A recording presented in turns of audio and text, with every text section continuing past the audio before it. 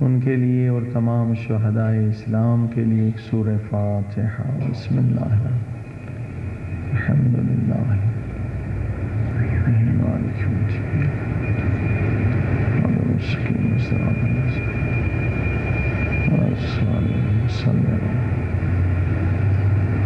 صلوات پر محمد وآلہ۔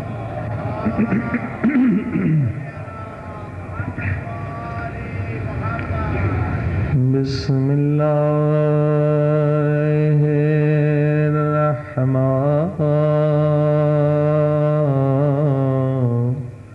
الرحیم۔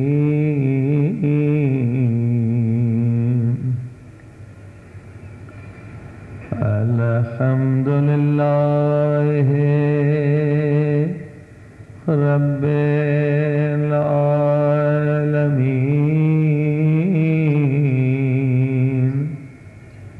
الحمد للہ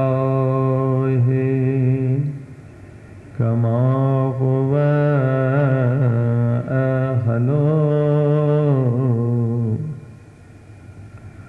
والصلاة والسلام على سيد المرسلين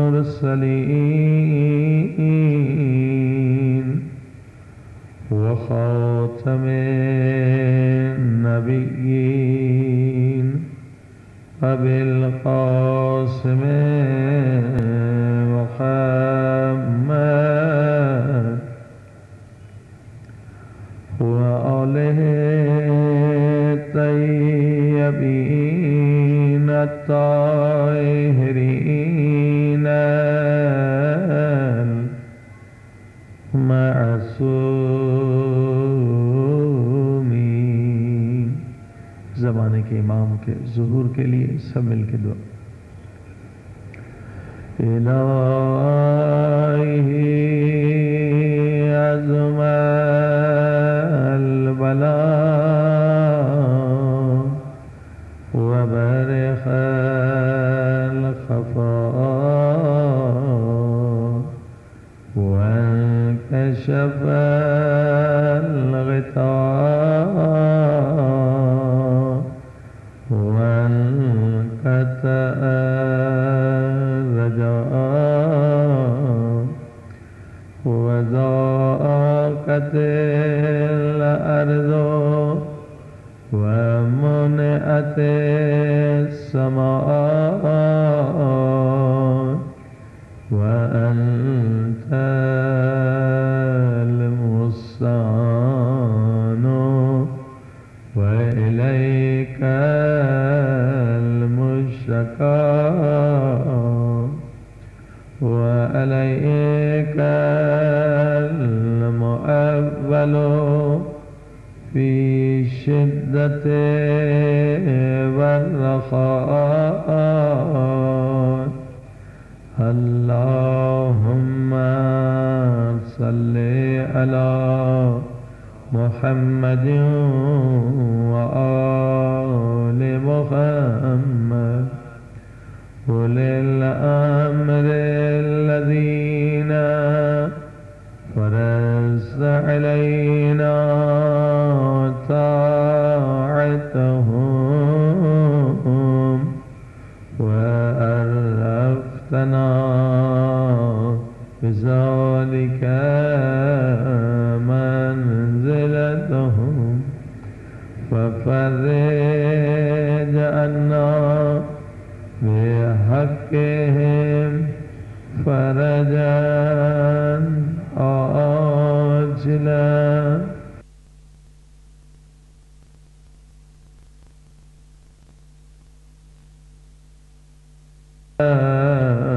اقرب۔ سب مل کے یا محمد یا علی یا علی یا محمد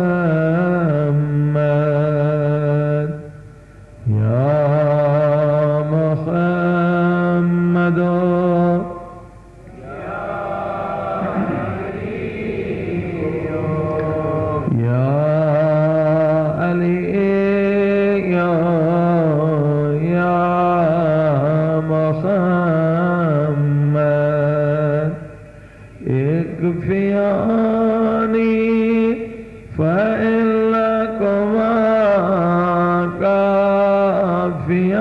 عافيان وانصراني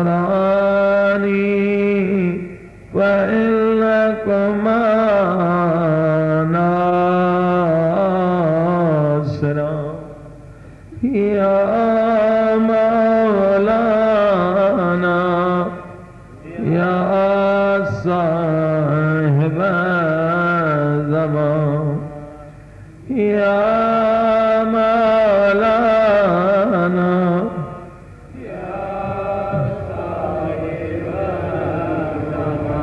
يا مولانا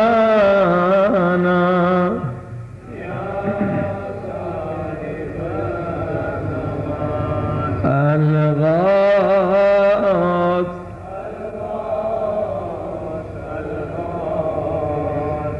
أدركني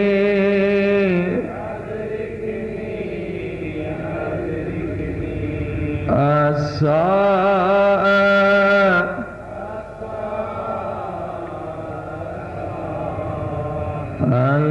الأجل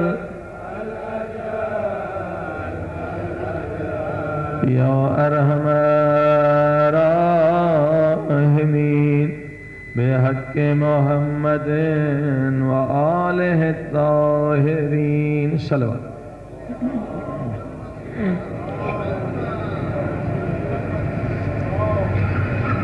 أما بعد فقد قال الله تبارك وتعالى في كتابه المجيد بسم الله الرحمن الرحيم يا أيها النبي إنا أرسلناك شاهدا ومبشرا ونذيرا صلوات.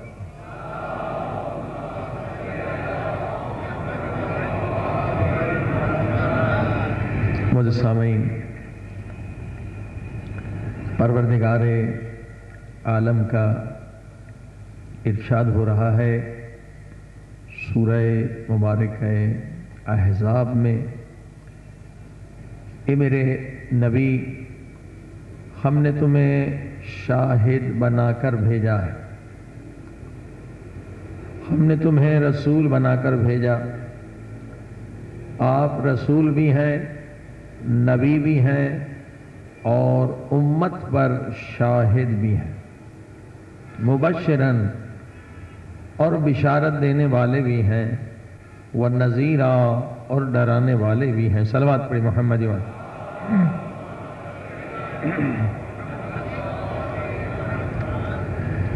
عزیزان گرامی، کل بھی عرض کیا تھا کہ کسی بھی قوم یا ملت کی ترقی کا دار و مدار اس کی علمی اور تحقیقی صلاحیتوں پر ہے، چاہے دنیاوی علوم کا میدان ہو، چاہے دینی علوم کا میدان ہو. اگر کوئی قوم تحقیق کو چھوڑ دے تو وہ قوم تنزل کی طرف، پستی کی طرف گرنا شروع ہو جاتی ہے. تحقیق جو ہے وہ قوموں کی ترقی کے لیے ایک لازمی امر ہے. بغیر تحقیق کے ہم ترقی نہیں کر سکتے. آج افسوس ہے کہ دنیاوی علوم میں بھی ہم مسلمان بہت پیچھے رہ گئے ہیں، اور یہودی نصرانی ہمیں بہت پیچھے چھوڑ چکے ہیں. سائنس ٹیکنالوجی میں وہ لوگ آگے ہیں. مگر غضب تو یہ ہے کہ دینی علوم میں بھی ہم لوگوں نے تحقیق کو اب آہستہ آہستہ ترک کرنا شروع کر دیا. تحقیق، ریسرچ یہ قوم کی زندگی ہے. علم بغیر تحقیق کے نہیں ہے. تحقیق ہی سے ترقی ہوتی ہے. اور الحمدللہ جس اسلام کے ہم ماننے والے ہیں، جس دین پر ہم قائم ہیں، جس مذہب اہل بیت کو ہم مانتے ہیں، ہمارے پاس تحقیق کرنے کے لیے ہزاروں دروازے ہیں، محدود نہیں ہیں. کیونکہ دین ہمارا الہی ہے اور یہ دین ہر انسان کی فطرت میں ہے. یہ دین دین عقل بھی ہے, یہ دین دین فطرت بھی ہے, یہ دین سائنس کے ذریعے سے بھی ثابت ہو سکتا ہے, منطق و فلسفے کے ذریعے سے بھی. تو لازمی ہے کہ ہم ہمیشہ تحقیق کا سلسلہ جاری رکھیں. جیسے یہاں پر اسلامک ریسرچ سینٹر کا نام ہے. ہر امام بارگاہ میں ایک شعبہ جو ہے وہ ریسرچ کا ہونا چاہیے, لازمی ہے. اگر ہم چاہتے ہیں ترقی ہو, اگر ہم چاہتے ہیں کہ لوگ مذہب اہل بیت میں داخل ہو جائیں, بغیر تحقیق کے یہ ممکن نہیں ہے. صلوات پڑھیں محمد.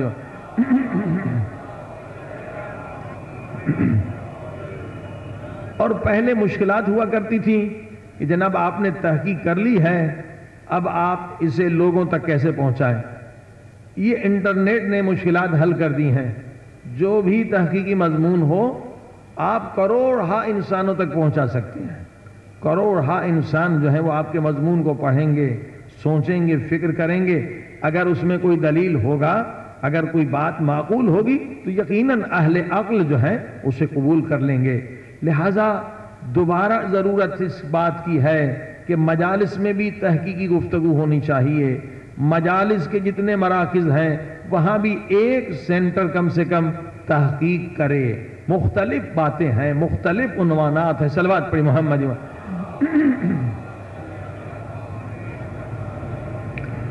اب جیسے کہ یہ ہمارا عنوان مدرسہ امام خمینی کا ہے. یہ کتاب جو تورات و انجیل زبور کا مجموعہ ہے جسے ہولی بائبل کہتے ہیں, اس میں کس قدر زیادہ آیتیں ہیں جس میں صریحاً ہمارے پیارے نبی حضرت محمد مصطفیٰ صلی اللہ علیہ وآلہ وسلم کا ذکر آیا ہے.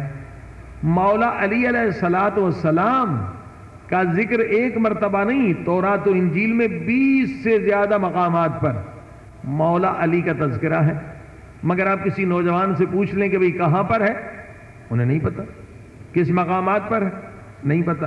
البتہ جو لوگ یورپ امریکہ جاتے ہیں پھر وہاں سے ای میل کرتے ہیں کہ مولوی صاحب وہ آپ نے مجلس میں جو ریفرنسز پڑھے تھے اب ہمیں اس کی ضرورت پیش آ رہی کہ ہم عیسائیوں سے مناظرہ کر رہے ہیں. عزیزان گرامی, علمی گفتگو ہونی چاہیے, تحقیقی گفتگو ہونی چاہیے. اس سے کیا ہوگا, مذہب ترقی کرے گا, لوگ آپ کے مذہب میں داخل ہوتے چلے جائیں گے. اب مجلس کا معیار گرتا چلا جا رہا ہے. اب لوگ مجمع بڑھانے کے چکر میں چٹکلے سنا رہے ہیں, لطیفے سنا رہے ہیں, وہ باتیں سنا رہے ہیں جس سے جو ہے وہ بالکل نچلے سطح کا لوگ جو بالکل بیچارے علم سے دور ہیں وہ خوش ہو جائیں. عزیزان گرامی, آخر مجلس کا ایک معیار ہونا چاہیے, ایک اسٹینڈرڈ ہونا چاہیے. ہم باب مدینۃ العلم کے ماننے والے ہیں, کچھ نہ تو کچھ علم کی بات ہونی چاہیے. صلوات پڑھی محمد والے.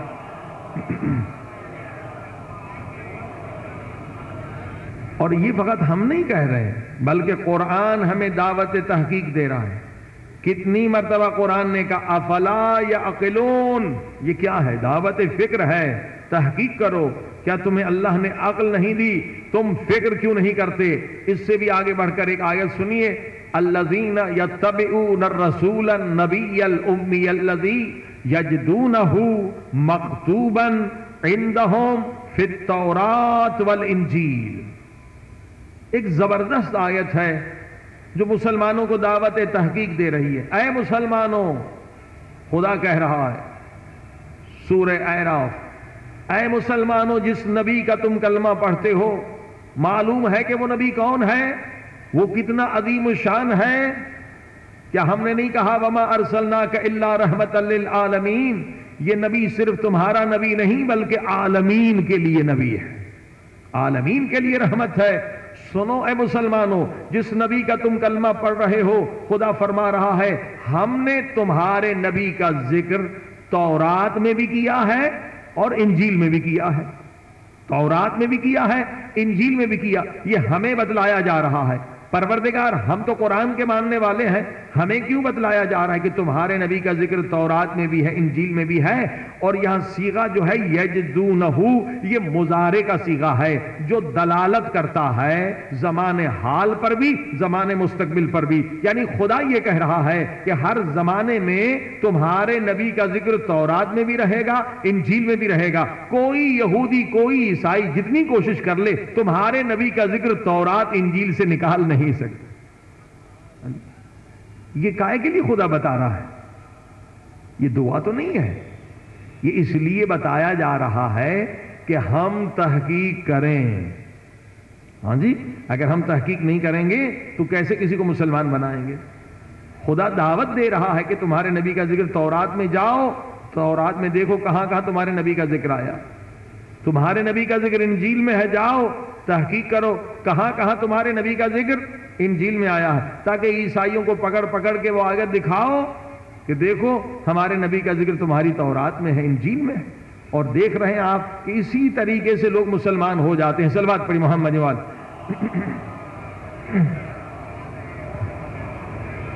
اب ایک آیت کی طرف آج اشارہ کر دوں انجیل سے، البتہ یہ موضوع ہمارا وہاں کا ہے، صرف آج ایک آیت، پھر وہی ویداز سے میں آپ کی خدمت میں ریسرچ پیش کروں گا کہ ویداز میں کہاں کہاں ہمارے نبی کا ذکر ہے، کہاں کا مولا علی کا ذکر ہے. یہاں پر انشاءاللہ وہی عنوان ہے، مگر ایک آیت آپ سن لیں انجیل سے. انجیل کو انگریزی میں کہتے ہیں نیو ٹیسٹامنٹ، اور تورات کو کہتے ہیں انگلش میں اولڈ ٹیسٹامنٹ. اب جو پڑھنے والا ہوں، جیسے ہمارے ہاں سورے ہیں، ان کے ہاں چیپٹر ہے. چیپٹر کا نام ہے جون، JOHN، اس کا نمبر ہے 16 اور آیت شروع ہوتی ہے 7 سے لے کر 12 تک. حضرت عیسیٰ کہہ رہے ہیں it is better for you that I go away. اے عیسائیو، یہ تمہارے لیے بہتر ہے کہ میں چلا جاؤں. لوگوں نے کہا آپ اگر چلے گئے تو ہمارا کیا ہوگا؟ آپ ہمارے ہادی، ہمارے نبی، ہمارے رہبر. تو حضرت عیسیٰ کہہ رہے نہیں نہیں، میں چلا جاؤں یہ تمہارے لیے بہتر ہے. کہا کیوں؟ کہا if I will not go the helper will not come. اگر میں نہ گیا تو وہ مددگار نہیں آئے گا. اب ذرا سا غور کریں یہیں پر حضرت عیسیٰ کیا کہہ رہے ہیں؟ It is better for you, یہ تمہارے لیے بہتر ہے کہ میں چلا جاؤں، اور اگر میں نہ گیا تو وہ مددگار نہیں آئے گا.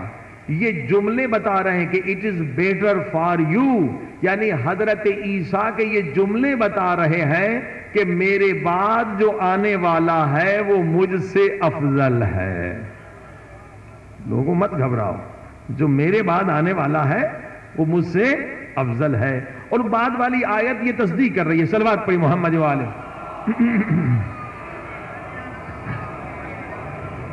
اب حضرت عیسیٰ کہہ رہے ہیں کہ دیکھو میری نبوت، کئی مرتبہ کہا حضرت عیسیٰ نے میری نبوت فقط بنی اسرائیل کے لیے، مگر میرے بعد جو نبی آئے گا he will convince the world. اس کی نبوت محدود نہیں ہے، وہ صرف بنی اسرائیل کے لیے نہیں.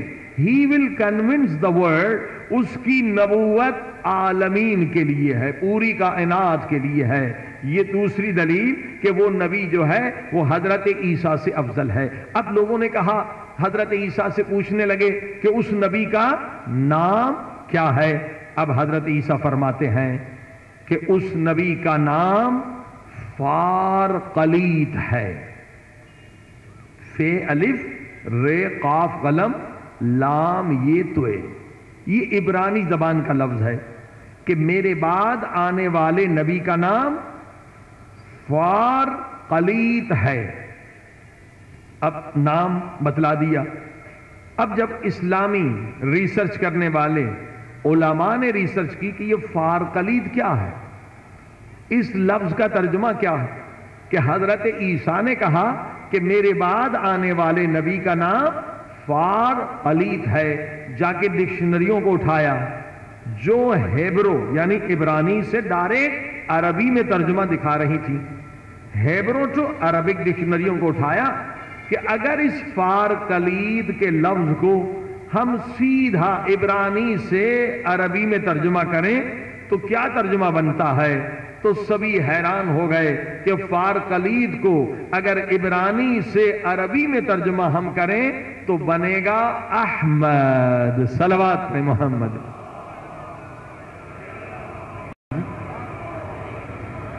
اب بتائیے، اگر مسلمان ہاتھ پہ ہاتھ رکھ کے بیٹھے رہتے، تحقیق نہ کرتے، تو اتنے ہزاروں لوگ اسلام کے اندر داخل نہ ہوتے۔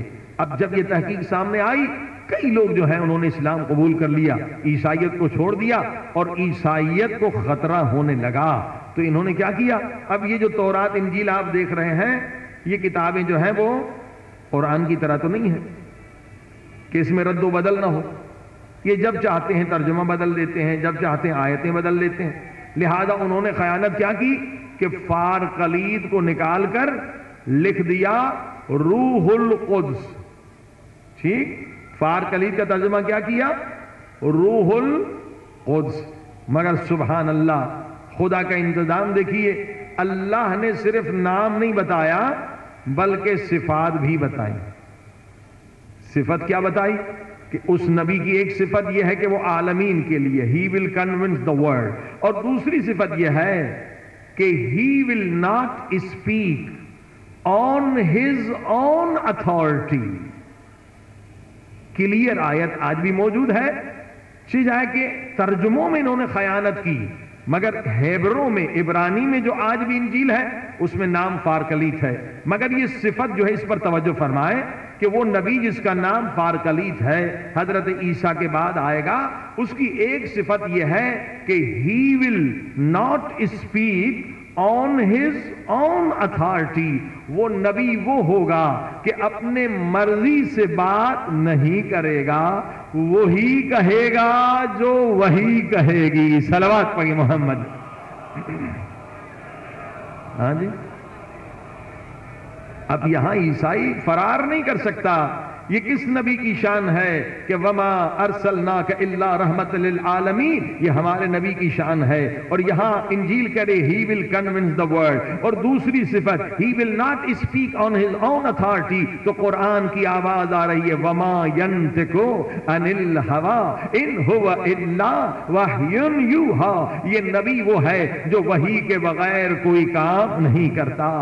اگر کسی سے پیار کرتا ہے تو وحی کے مطابق، اگر کسی کو بستر پہ سلاتا ہے تو وحی کے مطابق، اگر کسی کو کاندھے پر بٹھاتا ہے تو وحی کے مطابق، اگر خم غدیر میں کسی کا بازو بلند کر کے من کنت مولا کی صدا بلند کرتا ہے تو وحی کے مطابق۔ صلوات پر محمد۔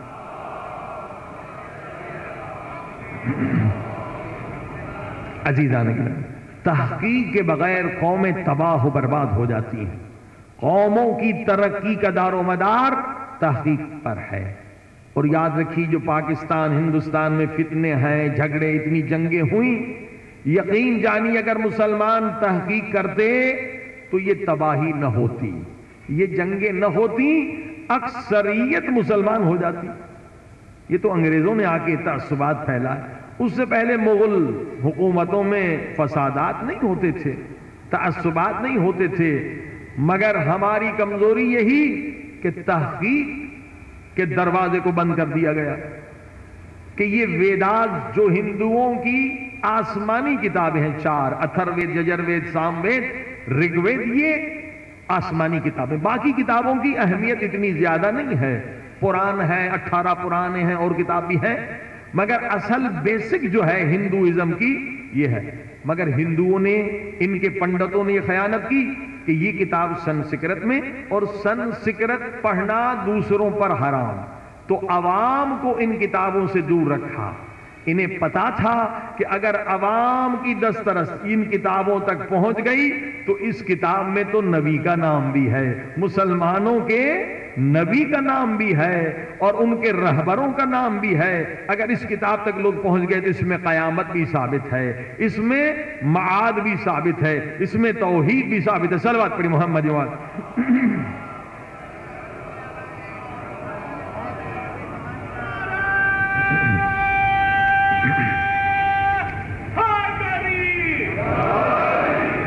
تو افسوس ان کتابوں کو مسلمانوں نے ترجمہ نہیں کیا، بلکہ سب سے پہلے انگریزوں نے انہیں ترجمہ کروا کے اور کتابی شکل میں پیش کیا 18ویں صدی میں۔ اس سے پہلے یہ کتاب صرف پنڈت لوگ جانتے تھے، دوسروں کو پتہ ہی نہیں تھا۔ چلیے ہم لوگوں نے غفلت کی، مگر آج بھی غفلت کر رہے ہیں۔ عوام کو چھوڑیے، ہمارے جو بڑے بڑے مدارس ہیں بھئی ان میں تحقیق ہونی چاہیے، یا خود پورے کراچی میں دیکھ لیں کہ سنسکرت میں پی ایچ ڈی کرنے والے کتنے ہیں۔ ہے کوئی بندہ، یہ کتابیں جو ہیں سنسکرت میں ہیں، ایک بندہ ہو جو سنسکرت میں پی ایچ ڈی ہمیں دکھا دیجئے۔ یعنی ہم لوگوں نے بھی غلطی پر غلطی کی اور کر رہے ہیں۔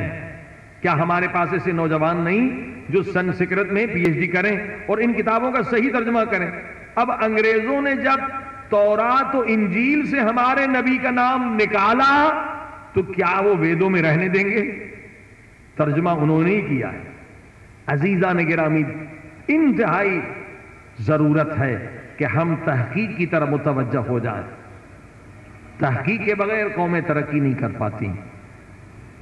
اتنی اہم کتابیں ہیں جس کی دلیل کو، جیسے ہمارے قرآن کی کوئی آیت پڑھے آپ انکار کر سکتے ہیں، کسی ہندو کو ان ویدوں میں سے کوئی آیت سنا دے وہ انکار نہیں کر سکتا، کیونکہ ان کا ایمان ہے کہ یہ ان کی آسمانی کتابیں ہیں۔ مگر ہم اس قدر بے خبر اور اس قدر تحقیقات سے دور ہیں کہ ہمارے پاس دو چار بندے نظر نہیں آتے جنہوں سنسکرت میں پی ایچ ڈی کیا ہو اور ان کتابوں کو پر تحقیق کی ہو۔ اب آئیے چند جملے ان کتابوں سے آپ سنیں، آپ بھی حیران ہو جائیں گے کہ ان کتابوں میں کیا کیا چیزیں موجود ہیں اور ہم مسلمان پھر بھی خواب غفلت میں ہیں۔ صلوات پڑھیں محمد وآلہ۔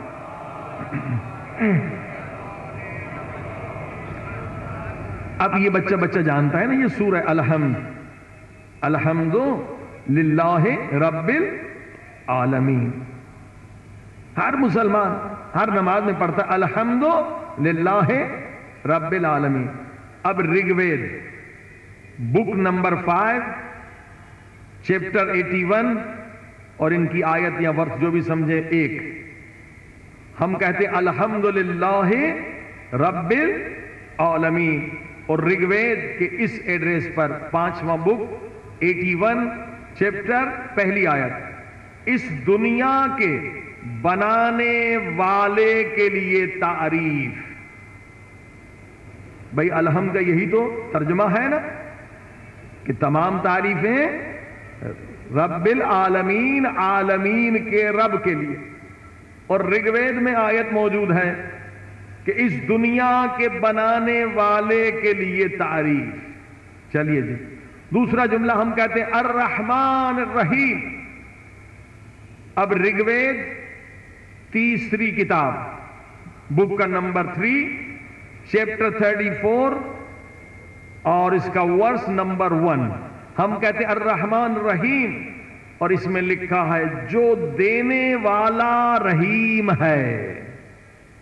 توجہ فرمائی آپ نے، کتنے آسانی سے آپ انہیں اپنے مذہب کی طرف بلا سکتے ہیں۔ ہم لوگ تحقیق نہیں کر رہے ہیں تو کیسے کسی کو مسلمان کریں گے؟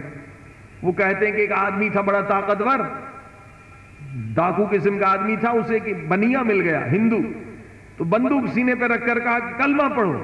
اس نے ہاتھ جوڑ کر کہا جی میں پڑھنے کے لیے تیار ہوں، آپ بتائیے تو صحیح۔ کہا جی مجھے بھی نہیں آتا۔ صلوات پڑھی محمد وآلہ۔ تیری قسمت اچھی ہے، مجھے بھی کلمہ پڑھنا نہیں آتا۔ یعنی ہندوؤں کو مسلمان بنانے میں کیا دیر ہوتی اگر مسلمان ریسرچ کرتے۔ ہمارے علماء اس دھندے میں لگے ہوئے ہیں کہ جو پہلے ہی مسلمان ہیں ان کو کافر کیسے بنائیں۔ صلوات پڑھی محمد وآلہ۔ اس قدر اسلام کی عظمت ہے کہ آپ تورات سے ثابت کر سکتے ہیں، انجیل سے ثابت کر سکتے ہیں، زبور سے۔ الرحمن الرحیم، رگ وید کا حوالہ آپ نے سنا، جو دینے والا رحیم ہے۔ اہدنا الصراط المستقیم، ہم سب پڑھتے ہیں نماز میں۔ یجروید اور چیپٹر نمبر 4 ورس نمبر 14، ہمارے فائدے کے لیے سیدھے راستے پہ چلا۔ ہاں جی یہی تو ترجمہ اہدنا الصراط المستقیم، ہمیں ہمارے فائدے کے لیے سیدھے راستے پہ چلا. یہ تو 3 آیتیں ہیں, مختصر سی تحقیق ہے. انشاءاللہ آپ آگے سنیں گے کہ پیغمبر اسلام کا نام رگ ویدوں میں کہاں کہاں آیا ہے, پرانوں میں کہاں کہاں آیا ہے, حتیٰ کہ مولا علی کا ذکر ہوا ہے, مولا علی کے والد کا ذکر ہوا ہے, پیغمبر کے والد کا ذکر ہوا ہے. تمام آیتیں آج تک موجود ہیں, مگر ہم مسلمان بے خبر ہیں. صلوات پڑھی محمد و آلہ. عزیزان گرامی, مجالس میں جب ہم آتے ہیں تو کتنے گھنٹے ہمارے خرچ ہوتے ہیں. اگر 1000 آدمی سنتے کہ 1000 گھنٹے, اگر 10,000 تو 10,000 گھنٹے, تو 10,000 گھنٹے ہم نے خرچ کیے. ہم نے کیا سنا؟ صرف چند چٹکلے اور لطیفے. کیا ہمارے علم میں اضافہ ہوا؟ اور علم کے ساتھ ساتھ ہماری طہارت میں کیا اضافہ ہوا؟ ہمارے تزکیہ نفس میں کیا اضافہ ہوا؟ ہمارے کتنے گناہ کم ہوئے؟ یہ معیار مجلس اہل بیت ہے. صلوات پڑھی محمد و آلہ.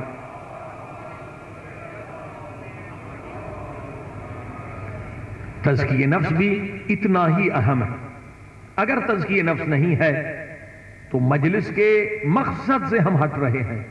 ان مجالس کا اولین مقصد ہے کہ امر بالمعروف ہو, نہی عن المنکر ہو, جو ہر مسلمان پر واجب ہے, اور خصوصاً جو منبر پر آنے والا ہے اس پر دوسرے لوگوں سے بھی زیادہ واجب تر ہے. صلوات پڑھی محمد و آلہ.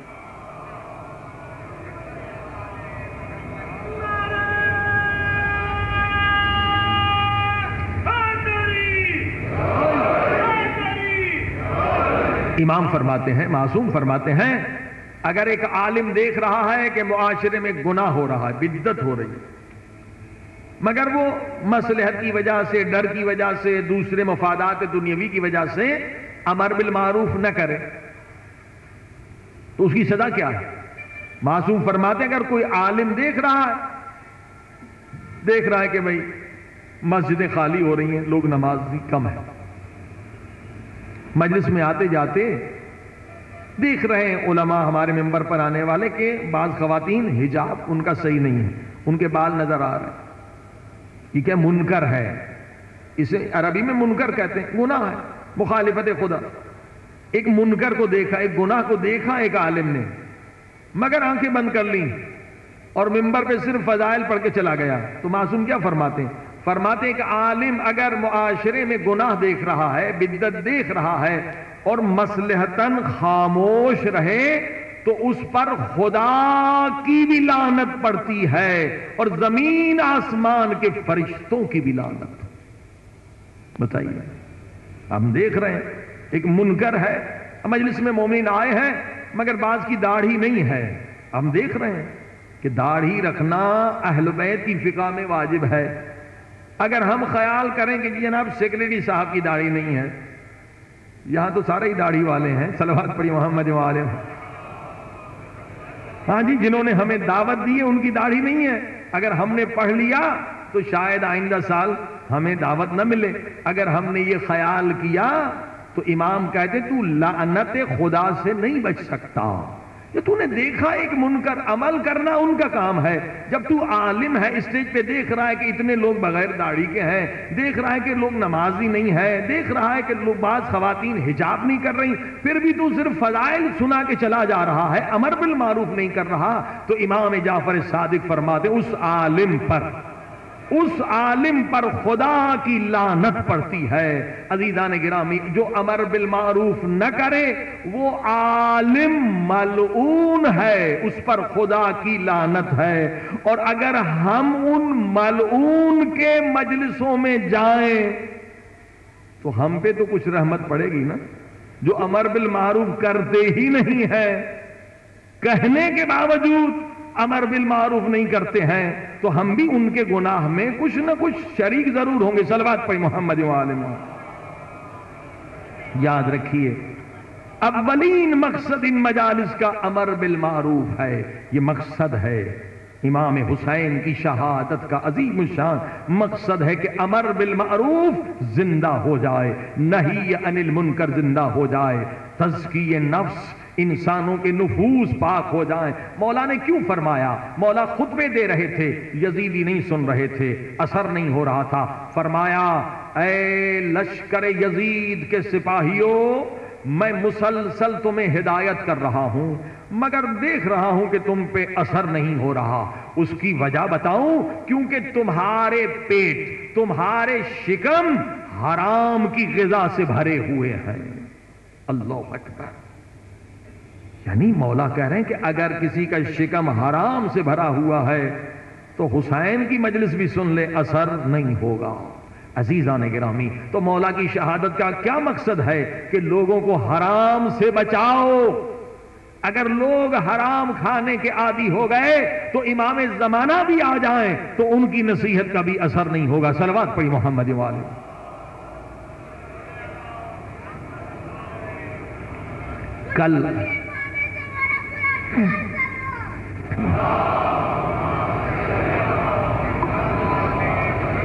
کل عرض کیا تھا کہ تزکیہ نفس کے بہت سارے مراحل ہیں، بہت سارے طریقے ہیں، ایک طریقہ نہیں ہے۔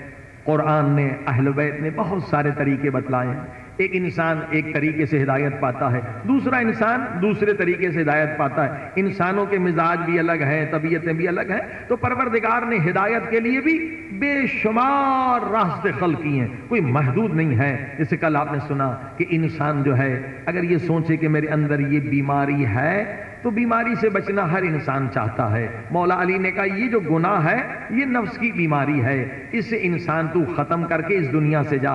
اگر یہاں سے بیمار گیا تو وہاں علاج بڑا ہی مشکل ہے، وہاں مرنے کے بعد جو علاج ہے وہ بڑا سخت ہے، اسی دنیا میں علاج کر لے، یہ ایک طریقہ۔ اور دوسرا طریقہ کیا ہے ہدایت پانے کا، نفس کو پاک کرنے کا؟ جیسے موضوع ہمارا ہے مراقبہ اور حالت حضور کو برقرار رکھنا، یہ ایک عظیم شان عبادت ہے۔ اگر یہ مل گئی تو ہمیں سب کچھ مل گیا، کہ ہر حال میں ہم خود کو خدا کے حضور میں حاضر سمجھیں، کیونکہ گناہ تبھی انسان کرتا ہے جب غافل ہوتا ہے، خدا سے غافل، اہل بیت سے غافل، پیغمبر سے غافل، امام زمانہ سے غافل، موت سے غافل، قبر سے غافل، اب گناہ کے اوپر گناہ کرتا چلا جا رہا ہے، گناہ میں غرق ہوتا چلا جا رہا ہے، یہ بھول گیا کہ مرنا ہی نہیں ہے۔ تو اب یہاں احادیث میں ہے کہ غفلت سے بچنے کے لیے سب سے مؤثر ترین، جس کا زیادہ اثر ہو، سب سے مؤثر ترین نسخہ جو ہے وہ موت کو یاد کرنا۔ موت کو یاد کرنا یہ بڑا بہترین نسخہ ہے غفلت کو ختم کرنے کا۔ اسی لیے حکم ہے کہ جب بھی سنو کسی کا انتقال ہو گیا ضرور جنازے میں شریک ہو جاؤ، بہت ثواب، حتیٰ کہ غسل دینے کا ثواب جو روایتوں میں ہے ناقابل تصور ہے۔ اتنا ثواب، اتنی انتہا بارش ثواب کی۔ کہا جی، اللہ کے رسول نے کہا کسی مومن کو اگر آپ نے اس کی میت کو غسل دیا بال کے برابر جگہ، صرف بال، یعنی سب لوگ شریک ہو جاؤ، 5 10 20 جاؤ، اس میں کوئی حد نہیں کہ لوگ زیادہ، چلو ایک لوٹا ڈال دو، ایک کپا ڈال دو، تھوڑا سا پانی ڈال دو، بال کے برابر بھی اگر تم نے ایک مسلمان کی میت کو صاف کیا، پاک کیا، تو اس کے بدلے میں خدا تمہیں 70 تمہارے گناہوں کو بخش دے گا، 70 نیکیاں عطا کرے گا۔ اللہ اکبر، بال کے برابر جگہ۔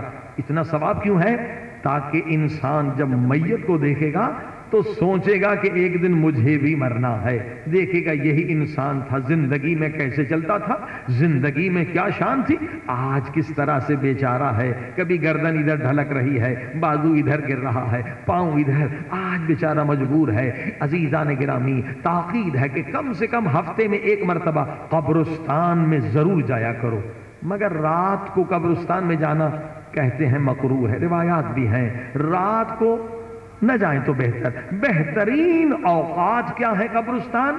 طلوع فجر یا طلوع سورج، جب سورج نکل رہا ہو اور جب سورج ڈوب رہا ہو، یہ بہترین وقت ہے قبرستان میں جانے کا۔ البتہ رات کو نہ جائیں تو بہتر ہے۔ اس کی وجہ بہت ساری ہے، ایک وجہ یہ بھی ہے کہ جو مومنین ہوتے ہیں قبرستان میں، رات کو ان کی محفل لگتی ہے اور جناب رسالت مآب تشریف لاتے ہیں۔ صلوات پڑھیں محمد۔ ہاں جی، اصل وجہ یہ ہے کہ مکروہ کیوں ہے کہ رات کو ان کی محفل ہوتی ہے، پیغمبر اسلام تشریف لاتے ہیں. اب آپ چلے گئے قبرستان میں، آپ نے سورہ فاتحہ پڑھا. اب یہ سورہ فاتحہ اسی مومن کو ملنا ہے. فرشتوں نے کہا کہ تیرے لیے سورہ فاتحہ آئی ہے، مجلس سے باہر آ.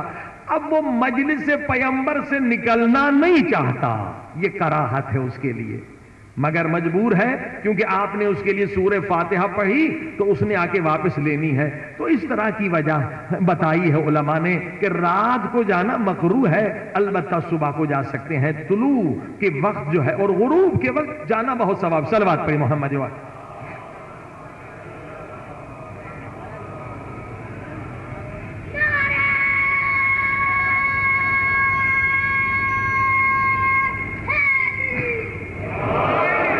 ہم تقریباً بہت سارے ملکوں میں گئے ہیں، مگر دارالسلام میں جب ہم گئے 2 مرتبہ گئے ہیں. تنزانیہ کا کیپٹل ہے دارالسلام.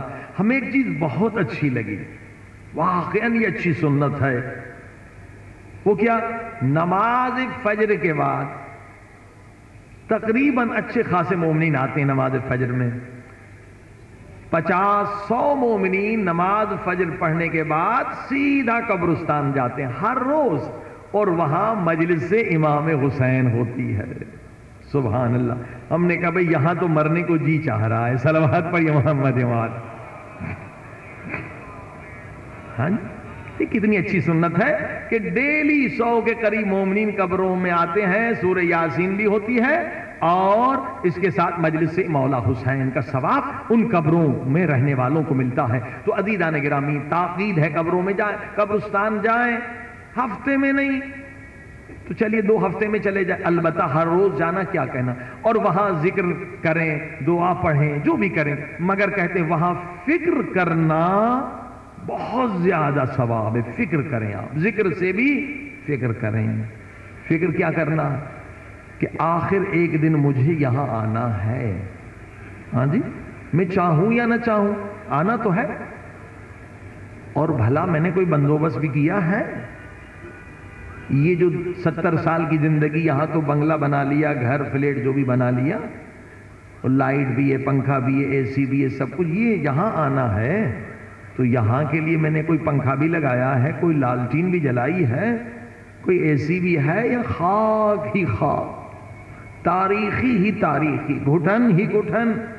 اصلاً انسان نے تجربہ نہیں کیا کہ قبر کی رات کیسے ہوتی ہے، کہ جہاں نہ ہوا کا گزر ہے، نہ روشنی کا گزر ہے، نہ کوئی دوست ہے، نہ کوئی رفیق ہے. اللہ اکبر. یہ فکر کرنا وہاں بہت زیادہ ثواب ہے کہ آخر مجھے آنا ہے، کچھ تو کر لوں. ابدی زندگی ہے، یہ تو زندگی فانی ہے، پتہ نہیں آج موت آ جائے، کل موت آ جائے. قبرستان. عزیزان گرامی، جنہوں نے بھی اس پر عمل کیا وہ عابد بن گئے، زاہد بن گئے، اولیاء خدا بن گئے. اللہ آپ سب کو امام رضا علیہ السلام کی زیارت نصیب کرے. امام رضا علیہ السلام فرماتے ہیں اگر کوئی مشہد میں آئے تو مولا علی کے صحابی خواجہ ربیع کی زیارت پہ ضرور جائے. اگر وہ نہیں گیا تو گویا وہ مشہد میں آیا ہی نہیں. حتیٰ کہ خود امام بھی ہے. خواجہ ربیع کو یہ مقام کیوں ملا کہ 8ویں امام کہہ رہے ہیں ضرور اس کی زیارت پہ جاؤ. عزیزان گرامی، خواجہ ربیع مولا علی کے صحابی تھے اور مولا علی سے نسخے لیتے تھے. مولا علی نے کہا خواجہ ربیع، غفلت کو ختم کرنے کے لیے بہترین نسخہ یہ ہے اپنی زندگی میں اپنی قبر بنا لو اور قبر میں کبھی لیٹ کر ان آیات کو پڑھا کرو جو مرنے والے پڑھیں گے. وہ کیا؟ جیسے یہ آیت ہے حتی اذا جاء احدهم الموت قال رب ارجعون لعلی اعمل صالحا فیما ترکت. جب انسان کو موت آئے گی ہم سب گنہگار کہیں گے مالنے والے ہمیں دنیا میں واپس بھیج دے، مگر وہاں سے آواز آئے گی کلا. بہت ساری آیات ہیں اور انہی کو وہ پڑھتے تھے، بہت روتے تھے، یعنی تصور کرتے تھے میں مر گیا ہوں، پروردگار مجھے دنیا میں بھیج دے۔ ہاں وہاں سے آواز آتی ہے کلا، اس طرح سے وہ آیتیں جو جہنم میں رہنے والے کہتے ہیں دنیا میں واپس آ جائیں، ان کو پڑھتے تھے، روتے تھے 1 گھنٹہ آدھا گھنٹہ، اس کے بعد باہر نکل آتے تھے اور سجدے میں سر رکھ کے کہتے تھے مالک تیرا احسان، گویا میں مر چکا تھا، دوبارہ تو نے مجھے دنیا میں بھیجا ہے تاکہ توبہ کر لوں، نماز ٹھیک سے پڑھ لوں، غریبوں کا حق ادا کر لوں، یتیموں کا مال واپس دے دوں۔ اللہ اکبر! یہ دنیا میں دوسرے بڑے عابد ہیں غیر معصومین میں، پہلے حضرت اویس قرنی اور دوسرے حضرت خواجہ ربیع۔ صلوات پڑھی محمد۔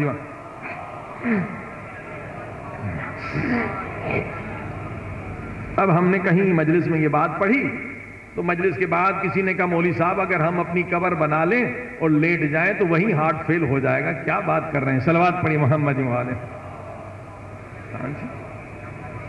عزیزان گرامی، ہارٹ فیل نہیں ہوگا، ہاں آپ تو مرد ہیں، خواتین ایسی گزری ہیں جنہوں نے اپنی زندگی میں قبر بنائی ہے۔ حضرت نفیسہ امام حسن علیہ السلام کی پوتی ہے، مصر میں ان کا مزار ہے۔ شیعہ سنی اس قدر عقیدت مند ہے کہ اس سال ہم کویت گئے تھے رمضان میں، تو وہاں ایک مصری کے دکان پر گئے تو امامہ وغیرہ دیکھ کے سمجھ گئے کہ ہم شیعہ ہیں، تو انہوں نے کہا کہ ہمارے مصر میں ہمارا عقیدہ ہے، ہم سنی ہیں مگر ہمارا عقیدہ ہے کہ جب بھی ہم پریشان ہو جاتے ہیں تو حضرت نفیسہ کے مزار میں جاتے ہیں، اور ہم نے تجربہ کیا ہے وہاں پہنچتے ہی ساری پریشانیاں ختم ہو جاتی۔ شیعہ سنی عقیدت مند ہے، اگر کبھی مصر جائیں تو یہ زیارت فراموش نہ کریں۔ حضرت نفیسہ امام حسن علیہ السلام کی پوتی ہیں، ان کے والد کا نام حسین، ان کے شوہر کا نام اسحاق ہے، اور زندگی میں انہوں نے 32 مرتبہ حج کیا اور 40 سال، پورے 40 سال ان کی عبادت کا یہ حال تھا کہ دن کو روزہ رکھتی تھیں اور رات کو عبادت میں گزارتی تھی۔ حضرت نفیسہ نے اپنی قبر خود کھودی، اپنی قبر جو ہے انہوں نے زندگی میں بنا رکھی تھی، اور قبر میں بیٹھ کر 6000 مرتبہ ختم قرآن نکالو۔ اللہ اکبر! یہ مقام ہے اس بیوی کا، 6000 ختم قرآن اپنی قبر میں خود نکالے، اور جب مصر میں آئیں تو ان کے وضو کے پانی کے ذریعے سے ایک یہودی بچی جو نابینا تھی اسے شفا مل گئی۔ صلوات پڑھی محمد۔ وضو کر رہی تھی، یہودی بچی نے پانی لے کر آنکھوں پہ لگایا، نابینا تھی، پیدائشی نابینا، نور مل گیا۔ جب یہودیوں کو پتا چلا وہ پورا کا پورا خاندان مسلمان مومن ہو گیا۔ حضرت نفیسہ بہت سارے نہیں جانتے ہیں، امام حسن کی پوتی ہیں۔ اب مقام دیکھیے، 40 سال پوری رات عبادت اور دن روزہ، اور جب انتقال ہوا تب بھی روزے کی حالت میں تھی، تو جو خواتین تھی انہوں نے پانی پلانا چاہا، سکرات، روح نکل رہی ہے، افطار کر لیں، تو انہوں نے کہا نہیں نہیں پانی مت پلاؤ۔ کہا کیوں؟ کہا 30 سال سے میں دعا مانگ رہی تھی کہ روزے میں موت آئے، آج تو میری دعا قبول ہوئی ہے، میں افطار کیسے کروں؟ روزے کے حالت میں انتقال ہو۔ اب حضرت اسحاق ان کے شوہر ہیں، وہ میت کو واپس مدینہ لے کر جانا چاہ رہے ہیں، اور مصر کے مومنین مسلمین کہہ رہے نہیں، ہم چاہ رہے ہمارے شہر میں برکت رہے، حضرت نفیسہ کو یہیں دفن کریں۔ اب معاملہ یہاں پر ہے، لوگوں کا اصرار ہے کہ نہیں مدینے مت لے جائیے، اسی بیوی کی برکت سے یہاں یہودی مسلمان ہوئے ہیں، اسی بیوی کی برکت سے اس قدر تبلیغ ہوئی ہے۔ اور اسی دوران ان کو نیند آ جاتی ہے حضرت اسحاق کو، تو خواب میں پیغمبر اسلام کو دیکھا کہ اللہ کے رسول نے کہا اسحاق اس میری بچی کو مدینے مت لے جاؤ، اسے مصر میں ہی دفن کر دو تاکہ مصر والے اس سے فیض لیتے رہیں۔ صلوات پڑھی محمد۔ عزیزان کرام، یہ حضرت نفیسہ ہے۔ اور کبھی کوئی مشکل بھی ہو جائے، آپ کو پریشانی ہو جائے، تو ایک عمل سن لیں، زیارت عاشورہ پڑھیں اور اس کا ثواب حضرت نفیسہ کی روح کو دیں۔ کوئی بھی مشکل پڑے، یہ تجربہ شدہ علماء فرماتے ہیں، یہ عمل ہے کہ حضرت نفیسہ کا اس قدر مقام بلند ہے کہ ان کی نیابت میں آپ زیارت عاشورہ اور دعائے علقمہ پڑھیں اور اس کا ثواب بی بی نفیسہ کی روح کو پہنچائیں۔ انشاءاللہ یہ بی بی اس قدر عظیم ہیں، اس قدر ان کا مقام خدا کی بارگاہ میں بلند ہے کہ جب آپ انہیں تحفہ دیں گے اور وہ آپ کے لیے دعا کریں گی، آپ کی مشکل حل ہو جائے گی۔ صلوات پہ محمد۔ عزیزان، تو آپ دیکھ رہے ہیں کہ غفلت کو ختم کرنے کے لیے موت کو یاد کرنا بہترین عبادت ہے۔ حضرت نفیسہ کو اسی لیے بلند مقام، آج بھی ہزاروں کا مجمع ہوتا ہے وہاں، زیارت مسلسل شیعہ سنی کرتے ہیں اور اپنی دعائیں ان کی وہاں مستجاب ہوتی ہیں۔ صلوات پر محمد۔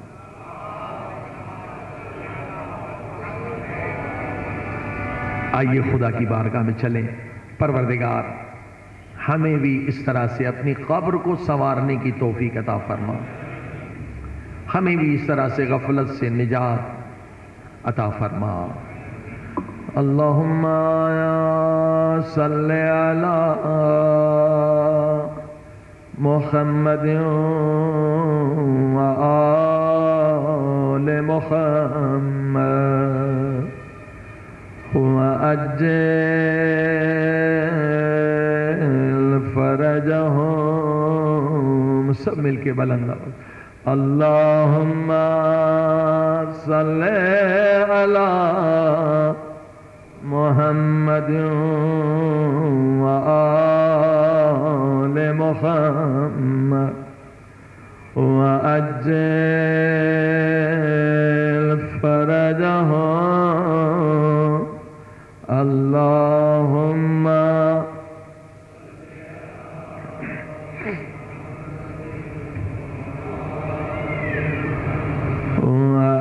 وعجل فرجہم، سب مل کے فریاد کریں یا اللہ یا اللہ یا اللہ یا اللہ یا اللہ یا اللہ یا اللہ یا اللہ یا اللہ، اسم اعظم ہے، خدا کا ذاتی نام ہے۔ روایت ہے کہ 10 مرتبہ خلوص سے اگر یا اللہ کوئی کرے، خدا اس کی دعا قبول فرماتا۔ اگر کوئی 12,000 مرتبہ کہے یا اللہ یا ہو یا ہو، یہ بھی اسم اعظم میں ہے۔ اکثر علماء نے لکھا ہے جن جن آیتوں کی طرف معصومین نے اشارہ کیا ہے اس میں اسم اعظم ہے، اس میں یا ہو یقیناً ہے۔ اگر کوئی 12,000 مرتبہ یا اللہ یا ہو یا اللہ یا ہو کا ورد کریں، مگر کیسے زبان سے بھی اور دل سے بھی، جلی بھی اور خفی بھی. ذکر کے دو طریقے ہیں. ایک جلی جسے ہم ذکر اس وقت کر رہے ہیں یہ جلی ہے آواز. ایک ذکر خفی ہے یعنی زبان نہیں ہل رہی مگر وہ ذکر ہم سانس کے ذریعے سے کر رہے. کیوں؟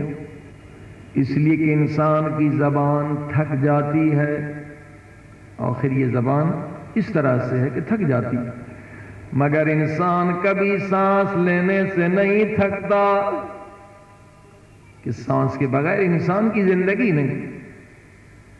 لہذا قرآن میں بھی ہے ذکر کرو فی نفسک، ذکر خفی کرو تمہارے نفس کے اندر بھی ذکر خدا آ جائے، ورنہ زبان رک جائے گی مگر سانس کبھی رک نہیں سکتا جب تک تم زندہ ہو. فرمایا یا اللہ ہو یا اللہ یا ہو. اگر کوئی 12,000 مرتبہ یہ ذکر کرے تو عالم غیب سے اس قدر فیوزات، اس قدر رحمتیں، اس قدر اس کی مشکلات آسان ہو جائیں گی وہ تصور بھی نہیں کر سکتا. ذکر انسان کی روح کی غذا ہے. جب تک انسان ذاکر ہے اس کی روح زندہ ہے، معنویت و روحانیت زندہ ہے. جیسے غافل ہو جاتا ہے روح مردہ ہو جاتی ہے، معنویت و روحانیت ختم ہو جاتی ہے یا ضعیف ہو جاتی. آئیے سب مل کے کہیں یا اللہ یا اللہ یا اللہ یا اللہ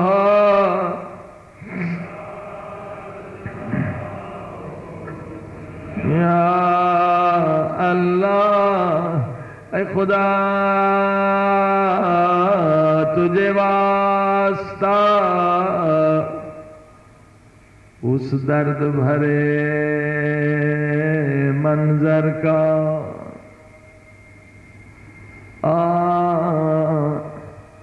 جب بی بی زینب حسین کی لاش پہ آئی،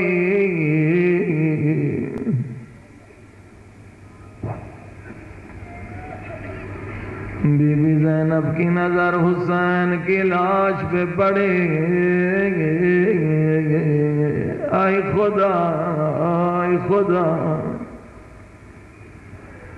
کوئی بہن بھائی کی پامال لاش نہ دیکھے نہ دیکھے. جب حسین کی لاش پامال تھی زینب نے نظر ڈالی آسماں کی طرف، نگاہیں بلند کر کے کہا یا اللہ.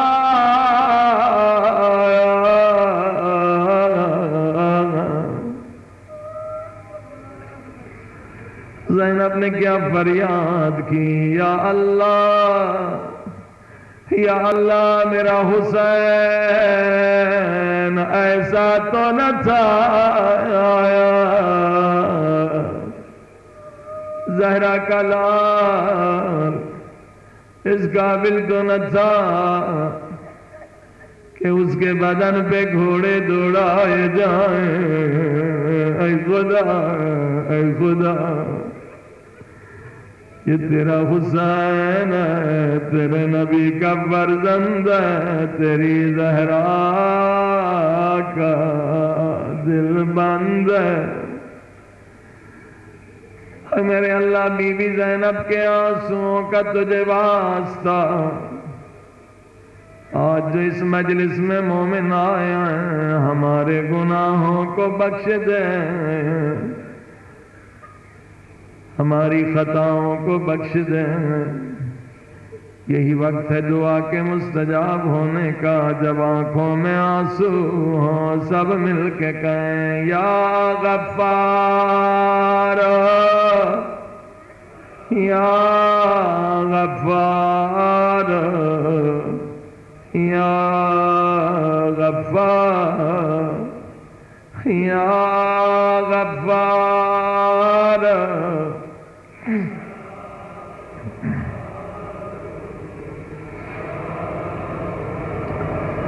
اے عزیزو خدا بڑا بخشنے والا ہے. اگر خدا نے آپ کو بخشنا نہیں ہوتا تو اس وقت آپ مجلس حسین میں نہیں ہوتے. خدا نے بلایا ہے تو ہم آ گئے ہیں، ورنہ کوئی کام ہو جاتا، مریض ہو جاتے، ایکسیڈنٹ ہو جاتا. خدا بخشنا چاہتا ہے. حسین کے صدقے میں خدا بڑے بڑے گناہگاروں کو بخش دیتا. مگر دعا کے آداب سیکھیں، ایسے دعا مانگیں جیسے امام نے فرمایا ہے، جیسے اہل بیت نے سکھایا ہے. فرماتے ہیں جب بھی دعا مانگو تو کوشش کرو تھوڑا سا آنسو، اتنا سا آنسو نکل آئے کہ مچھر کے پر کے برابر پر بھی گیلا ہو جائے تو دعا قبول. سبحان. فرمایا دوسرا، جب بھی دعا مانگو تو شرما کے نہ رویا کرو، خدا کی بارگاہ میں نہ شرمایا کرو، بلکہ بلند بلند آواز سے رویا کرو. دعائے القمہ میں امام باقر علیہ السلام، وہ 5 برس کے قیدی امام، فرماتے ہیں یا صریخ المستصرخین، اے چیخ چیخ کے رونے والوں کی دعا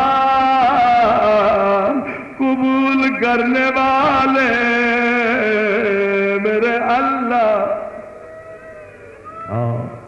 امام فرماتے دعا میں چیخ چیخ کے رویا کرو. کیوں مولا؟ اس لیے کہ خدا فرماتا ہے گناہگار کے رونے کی آواز مجھے نورانی فرشتوں کی تسبیح سے بھی زیادہ محبوب. سبحان.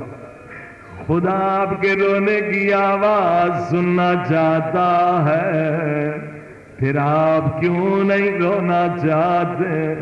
خدا کو آپ کی آواز پسند ہے، پھر آپ آواز بلند کیوں نہیں کرتے؟ یہ چند اشعار خصوصاً شاعر حضرات سے درخواست ہے ان اشعار کو اردو میں ترجمہ کریں تاکہ سبھی لوگ فیض یاب ہوں. باروئے سیاہم بابارے گناہم، اے خدا تیرے در پہ آیا ہوں مگر میرے اوپر گناہوں کا وزن ہے، میرا چہرہ گناہوں سے کالا ہے. اے خدا کیا کر. باروئے سیاہ، روح یعنی چہرہ، میرا پورا چہرہ گناہوں نے کالا کر دیا. تو نے چھپا دیے میرے اللہ مگر تو تو جانتا ہے. باروئے سیاہ بابارے گناہ، اے از حالم آگاہ آمدم، اے خدا تو میرے باطن سے واقف ہے، تو میری ہر بے حیائی سے واقف ہے. یا اللہ،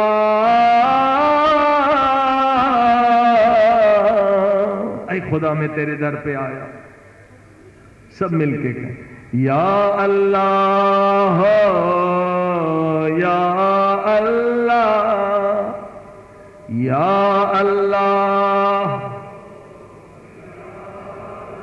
اب کیا خوبصورت جملے کہتا ہے ان چشم یعنی اور ان چشم خون بارم، ان جرم بسیارم، اے خدا میں نے اس قدر گناہ کیے ہیں، اگر خون کے آنسو بہاؤں پھر بھی کم ہے۔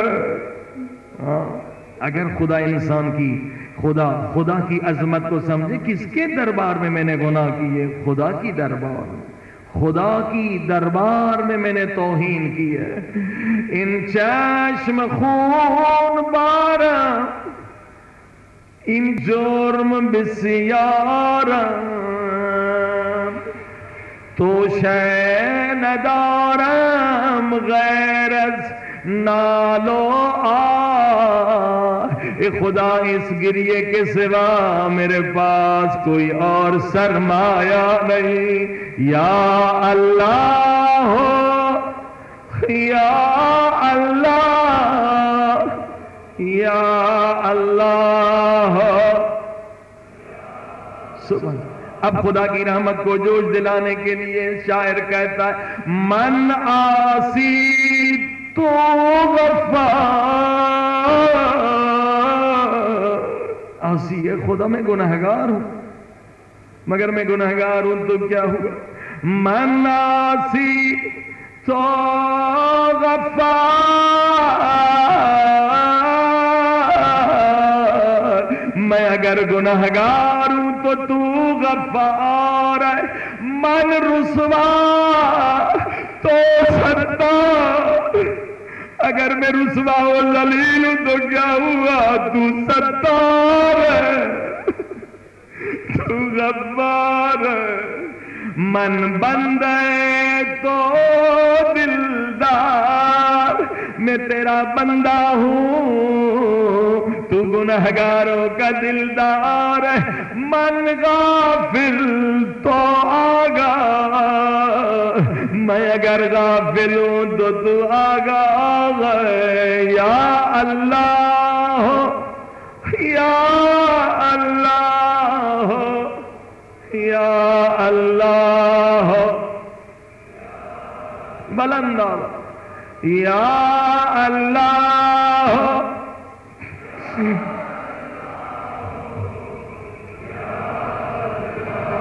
اے عزیزو، جب بھی آنکھوں میں آنسو آ جائیں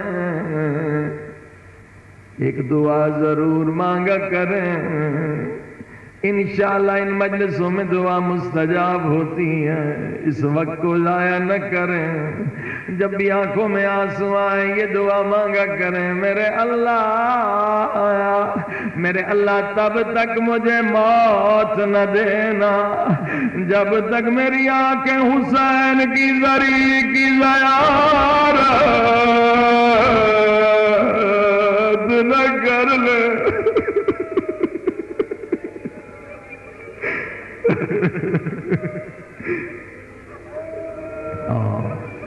اے مومنو، زیارت کے دروازے کھل گئے ہیں، زیارت کے لیے ہر روز تقریباً 1 لاکھ لوگ آنے اور جانے والے ہیں۔ نہ ویزے کی ضرورت ہے، نہ پیسے کی ضرورت ہے، مفت ہے۔ ہر روز 1 لاکھ زائرین آ رہے ہیں، جا رہے ہیں۔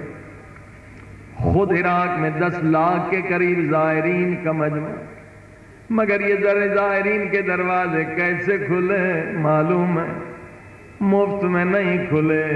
2000 ایرانی زائر شہید ہوئے۔ کیسے شہید ہوئے؟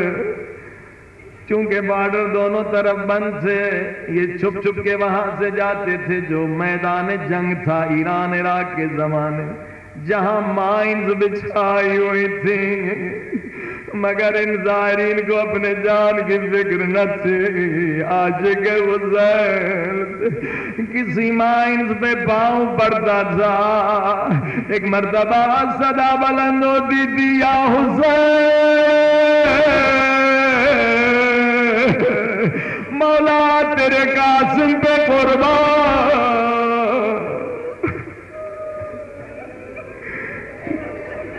ان مومنین کے جسم کے ٹکڑے ٹکڑے ہو جاتے تھے۔ 2000 کے قریب زائرین اس طرح سے شہید ہوئے۔ تب آج آپ سب کے لیے، ہمارے لیے، دنیا کے لیے زیارت کے دروازے کھل گئے۔ اے عزیزو، خدا نے اس سال ہمیں بھی زیارت نصیب کی، ضرور جائیے مولا حسین کی زیارت۔ مولا حسین کی زیارت کا عجب مقام ہے۔ میں نے دیکھا دوسرے اماموں کی بھی زیارت کی، سارے امام نور ہیں، سارے امام ہمارے لیے بلند و بالا ہیں، سارے محمد ہیں، مگر جو میں نے دیکھا جیسے بھی مومن کی نظر حسین کی ذریع پہ پڑتی ہے مومن تڑپ جاتا۔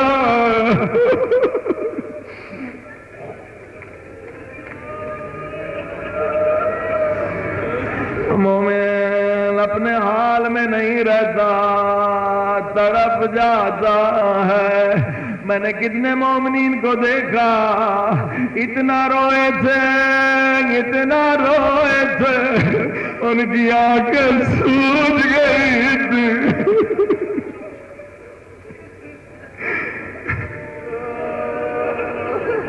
مگر پھر بھی رونے کا سلسلہ جاری تھا۔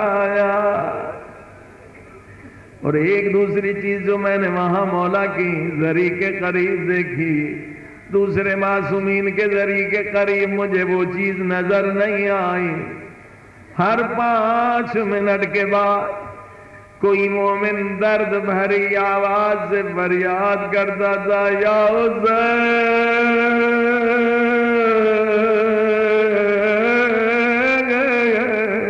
ہزاروں جواب دیتے تھے، یا حسین۔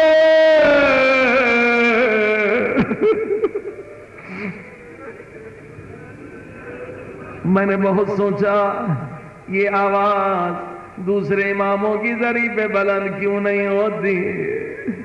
آج سارے امام نور ہیں، مگر یہ یہاں کی خصوصیت ہے، ایک فریاد کرتا، یا حسین۔ ہزاروں جواب دیتے ہیں، یا حسین۔ جب میں نے سوچا تو مولا نے ہی جواب مجھے دلا دیا۔ میں نے مولا سے کہا، مولا حسین میری جان آپ پہ فدا، یہ آپ کے زائرین، یہ زائرین آپ کی آواز حل من ناصر پہ لبے کہہ رہے ہیں، مولا ہم کربلا میں نہیں تھے،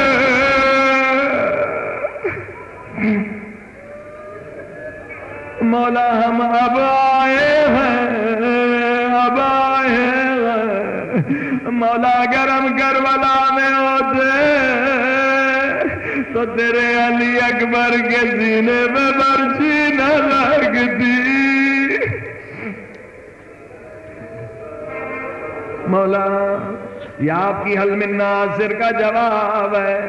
مولا حسین کے سر کی طرف میں زیارت پڑھ رہا تھا، ایک ایرانی موزائر، ایک ایرانی زائر روتا ہوا آیا، آ کے مجھ سے پوچھا، مولوی صاحب اس سوال کا مجھے جواب چاہیے۔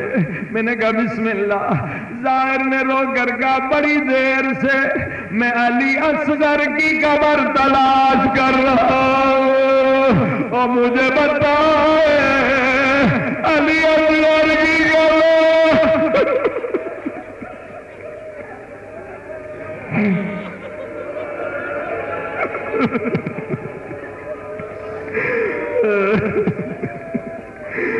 میں نے بھی رونا شروع کیا۔ اس مومن نے اس انداز سے پوچھا، مجھے بھی رلا دیا، مولوی صاحب بتائیے علی اصغر کی قبر کہاں؟